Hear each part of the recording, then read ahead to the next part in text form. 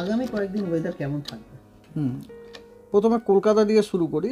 কলকাতা মানে আলিপুরের আগামী কয়েকদিনের ওয়েদার এরকম যে আজ এবং কাল 22 তারিখ এবং 23 তারিখ। 22 তারিখ বলতে বোঝাচ্ছি 22 তারিখ সকাল 8:30 থেকে 23 তারিখ সকাল 8:30 পর্যন্ত। কাল মানে 23 তারিখ সকাল 8:30 থেকে 24 তারিখ সকাল 8:30 পর্যন্ত। এই সময় আপনার কলকাতাতে পার্টলি ক্লাউডি স্কাই এবং মডারেট রেন এবং থান্ডারস্টর্ম হওয়ার সম্ভাবনা আছে, ঠিক আছে। এবং তারপরের বাকি দিনগুলিতে মানে 24, 25, 26, 27, 28 এই দিনগুলিতে আইদার আপনার আংশিক মেঘাচ্ছন্ন অথবা পুরো মেঘাচ্ছন্ন থাকার সম্ভাবনা আছে। আর মিনিমাম টেম্পারেচার কলকাতাতে, আমি এটা কলকাতা বলতে আমি আলিপুর বলতে চাইছি, মিনিমাম টেম্পারেচার মোটামুটি 19 থেকে 22-এর মধ্যে এটা ভ্যারি করবে। প্রথম দিকে একটু বাড়বে, পরের দিকে কমে যাবে। যেমন ধরুন আজকে সকালে ছিল 19 ডিগ্রির মতো, তো প্রথম দিকে বেড়ে ওটা 22 ডিগ্রি পর্যন্ত হওয়ার সম্ভাবনা আছে 25 তারিখ পর্যন্ত, 25শে ফেব্রুয়ারি পর্যন্ত। তারপর আবার ওটা কমার সম্ভাবনা আছে।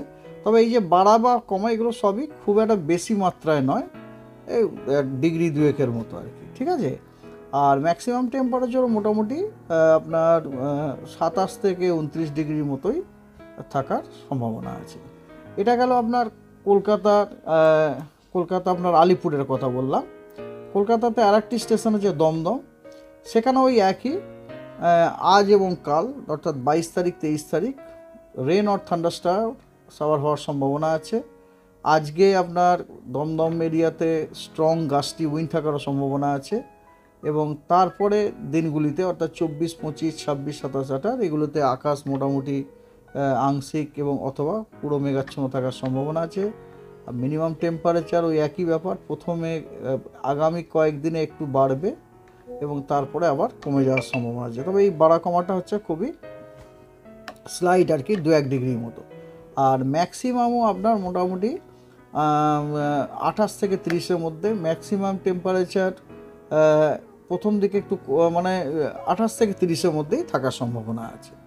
তো এই হলো কলকাতা। এছাড়া এবারে রাজ্যের ফোরকাস্টে আমি যদি আসি, সেটা হচ্ছে যেমন সেটা হচ্ছে যে আজকে দক্ষিণবঙ্গের সব জেলাগুলিতে মানে গাঙ্গেয় পশ্চিমবঙ্গের সব জেলাগুলিতেই আপনার fairly wide spread rain with thunder shower হওয়ার সম্ভাবনা আছে। এবং উত্তরবঙ্গের সব জেলাগুলিতেই 2-1 জায়গায় বিক্ষিপ্তভাবে হালকা বৃষ্টিপাত হওয়ার সম্ভাবনা আছে এবং দার্জিলিংয়ে তুষারপাত হওয়ার সম্ভাবনা আছে বিক্ষিপ্তভাবে। আর আগামীকাল 23 তারিখ সকাল 8:30 থেকে 24 তারিখ সকাল 8:30 পর্যন্ত ফোরকাস্ট হচ্ছে এরকম যে গাঙ্গেয় পশ্চিমবঙ্গের যে পূর্বের যে জেলাগুলি যেমন মুর্শিদাবাদ, নদিয়া, উত্তর এবং দক্ষিণ 24 পরগনা, পূর্ব মেদিনীপুর, পশ্চিম মেদিনীপুর, হাওড়া, হুগলি, কলকাতা, পূর্ব বর্ধমান, এই জেলাগুলিতে আপনার কী বলে ফেয়ারলি ওয়াইড স্প্রেড রেনফল হওয়ার সম্ভাবনা আছে। মানে অনেক জায়গাতেই বৃষ্টিপাত হওয়ার সম্ভাবনা আছে, হালকা ও মাঝারি বৃষ্টিপাত উইথ থান্ডারস্টর্ম অ্যাক্টিভিটি হওয়ার সম্ভাবনা আছে। আর বাকি যে জেলাগুলি অর্থাৎ পশ্চিম বর্ধমান, বীরভূম, বাঁকুড়া, পুরুলিয়া এবং ঝাড়গ্রাম, এই জেলাগুলিতে স্ক্যাটার্ড রেনফল হবে, মানে এই জেলাগুলির বিভিন্ন স্থানে কিছু জায়গাতে আপনার হালকা মাঝারি বৃষ্টিপাত হওয়ার সম্ভাবনা আছে উইথ ঠান্ডা। আর উত্তরবঙ্গের মালদা, দার্জিলিং এবং কালিম্পং এই জেলা তিনটিতে কিছু জায়গাতে হালকা মাঝারি বৃষ্টিপাত হওয়ার সম্ভাবনা আছে, দার্জিলিংয়ে তুষারপাত হওয়ার সম্ভাবনা আছে। এবং উত্তরবঙ্গের আপনার বাকি জেলাগুলিতে বিক্ষিপ্তভাবে 2-1 জায়গায় হালকা বৃষ্টি হওয়ার সম্ভাবনা আছে। এটা গেল 23 তারিখ। 24 তারিখে গাঙ্গেয় পশ্চিমবঙ্গের কেবলমাত্র পশ্চিম এবং পূর্ব মেদিনীপুর এবং দক্ষিণ 24 পরগনা এই তিনটি জেলাতে 2-1 জায়গায় বিক্ষিপ্তভাবে হালকা বৃষ্টিপাত হওয়ার সম্ভাবনা আছে। এবং উত্তরবঙ্গের দার্জিলিং, কালিম্পং, জলপাইগুড়ি এবং আলিপুরদুয়ার এই জেলাগুলিতে বিক্ষিপ্তভাবে 2-1 জায়গায় হালকা বৃষ্টিপাত হওয়ার সম্ভাবনা আছে এবং দার্জিলিংয়ে তুষারপাত হওয়ার সম্ভাবনা রয়েছে, ঠিক আছে। আর এরপরে 25 তারিখ, 26 তারিখ, 27 তারিখ, 28 তারিখ, তো এটা আমি তখনই বললাম এই কদিনে কিন্তু পশ্চিমবঙ্গের কোনো জেলাতেই বৃষ্টিপাতের কোনো সম্ভাবনা নেই, প্রধানত শুষ্ক থাকার সম্ভাবনা আছে। আজকে পশ্চিমবঙ্গের গাঙ্গেয় পশ্চিমবঙ্গের বেশ কিছু জেলাতে আপনার কমলা সতর্কবার্তা দেওয়া হয়েছে। বিক্ষিপ্তভাবে হেলস্টর্ম, থান্ডারস্টর্ম, লাইটনিং এবং ঝোড়ো হাওয়া, তাতে 40 থেকে 50 কিলোমিটার প্রতি ঘন্টা বেগে। সেই জেলাগুলি হলো 2 বর্ধমান, বাঁকুড়া, পশ্চিম মেদিনীপুর, তারপরে হাওড়া, হুগলি, নর্থ 24 পরগনা এবং নদিয়া। এই জেলাগুলিতে কমলা সতর্কবার্তা দেওয়া হয়েছে। কী জন্য? আপনার heavy isolated thunderstorm with gusty wind speed reaching 40 to 50 kilometre per hour এবং আইসোলেটেড হেলস্টর্মের জন্য, ঠিক আছে। এবং দক্ষিণবঙ্গের বাকি জেলাগুলিতে হলুদ সতর্কবার্তা দেওয়া হয়েছে, বিক্ষিপ্তভাবে থান্ডারস্টর্ম উইথ লাইটনিং এবং ঝোড়ো হাওয়া 30 থেকে 40 কিলোমিটার প্রতি বেগের জন্য। উত্তরবঙ্গে কেবলমাত্র মালদা, দার্জিলিং এবং কালিম্পং এই 3টি জেলাতে হলুদ সতর্কবার্তা দেওয়া হয়েছে বিক্ষিপ্তভাবে থান্ডারস্টর্ম উইথ লাইটনিং হওয়ার জন্য।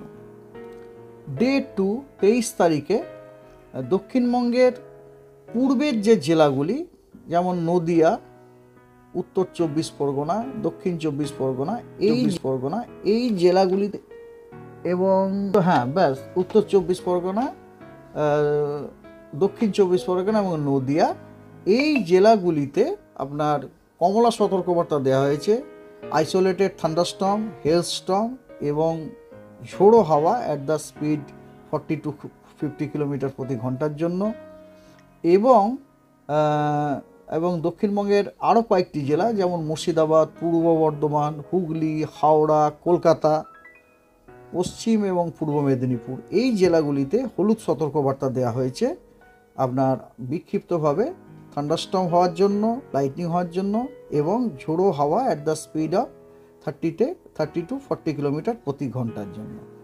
আর ওই যে পূর্বের জেলা যেগুলো বললাম, ওগুলো হচ্ছে কমলা সতর্কবার্তা দেওয়া হয়েছে। আর বাকি জেলাগুলির জন্য কোনো সতর্কবার্তা নেই। আর উত্তরবঙ্গের দার্জিলিং, কালিম্পং, মালদা এবং দক্ষিণ দিনাজপুর, এই জেলাগুলির জন্য হলুদ সতর্কবার্তা দেওয়া হয়েছে আইসোলেটেড থান্ডারস্টর্মের জন্য। আর কোনো দিনের জন্য কোনো সতর্কবার্তা নেই। আর এই যে থান্ডারস্টর্ম অ্যাক্টিভিটিটা হচ্ছে, থান্ডারস্টর্ম অ্যাক্টিভিটির কারণ হচ্ছে একটা ট্রাফ রান করছে, বেসিক্যালি ট্রাফ রান করছে।